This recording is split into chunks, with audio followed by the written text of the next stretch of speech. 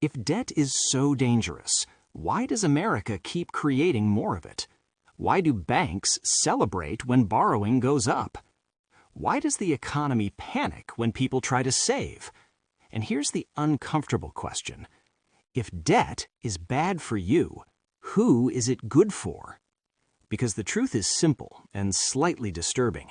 America doesn't just tolerate your debt, it depends on it.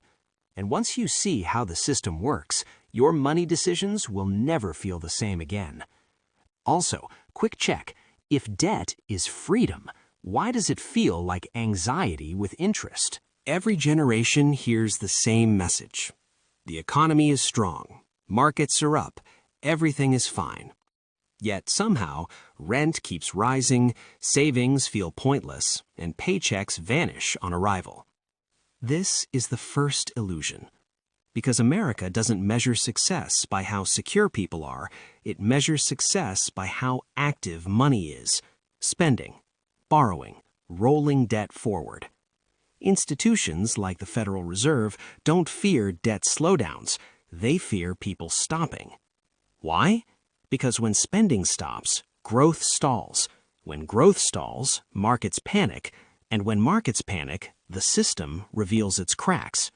So congratulations, you're not bad with money. You're just living inside a system that needs you uncomfortable. Debt isn't an accident. It's the engine. Government debt fuels spending. Corporate debt fuels expansion. Consumer debt fuels demand. Credit cards, student loans, auto loans, mortgages. Each one keeps money moving upward. Here's the quiet rule of the system. Money is created when someone borrows it. That means no debt, no new money. So the system gently pushes you to borrow early and normalize paying forever. And inflation? That's not just rising prices. It's time quietly stealing purchasing power from people who hold cash. If inflation is temporary, why does it only seem to go one direction? This is why being debt-free feels rebellious, and why being cash-only feels punished. Debt separates two worlds. On one side, people who pay interest. On the other, people who receive it.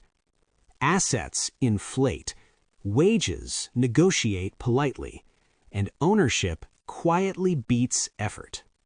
This is why institutions connected to Wall Street don't fear inflation. They price it in. But regular people? They experience it as stress, overtime, and lifestyle shrinkage. Ever notice how financial freedom is sold as motivation, but rarely taught as a system? Because once you understand the rules, you stop playing defense. This isn't about rejecting the system. It's about seeing it clearly.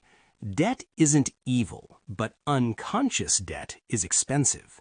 Wealth isn't about earning more forever. It's about owning more over time. Assets, skills that scale, decisions made early before pressure forces them. Because the system doesn't collapse under debt, it stabilizes on it. The question is no longer, why does America need debt? The real question is, will you stay inside the machine blindly or learn how to step above it? Because the quietest advantage in money is understanding the game before it costs you decades.